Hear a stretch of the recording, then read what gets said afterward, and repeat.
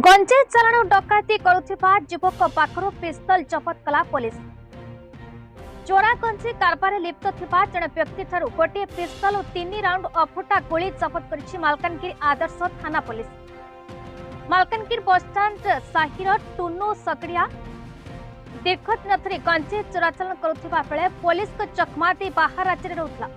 तेबे आज गंजेई नेबा लागी मालकानगिरी आसुथिबा बेले कंपा खाड़ी चेकपोस्ट निकटू पुलिस गिरफ्त करिछि। टुनु सगड़िया नाम मालकानगिरी जिले में पूर्व 8टी आपराधिक मामला रही है। दीर्घ दिन धरी फेरार थिबा टुनु सगड़िया आज पुलिस गिरफ्त कर कोर्ट चालाण करिछि बोली मालकानगिरी एसडीपीओ कहछन्ति।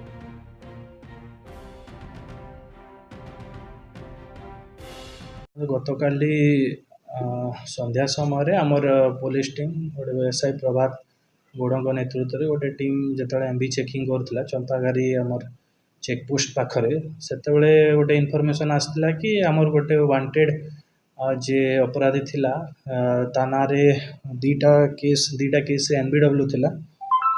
गोटे गंजे केस रे थिला गोटे चोरी केस रे थिला। तो से माथिली पटू मालकानगिरी पटे आसुथिबार खबर मिलता।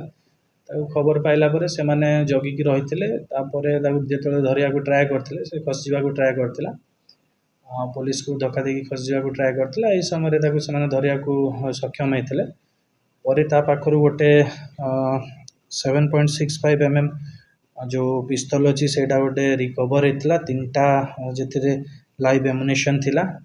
या सांगरे तार जो गोटे स्कूटी आसला से स्कूटी गोटे मोबाइल फोन किसी पैसा ता पाखे थिला से सब सीज कराई।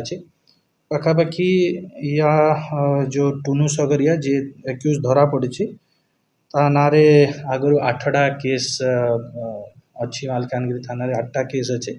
काली जो आम सहित धरा पड़ता से मालकानगिरी 530/2024 केस रेजिस्टर है।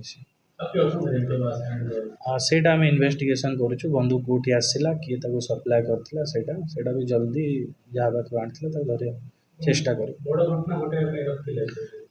हाँ आम से एक्सपेक्ट करुचु जनरली एमती केस आम तो आगु देखिन बट या पाखे गोटे पिस्तल थिला। मालकानगिरी बादल विश्वाल रिपोर्ट बीई न्यूज ओडिशा।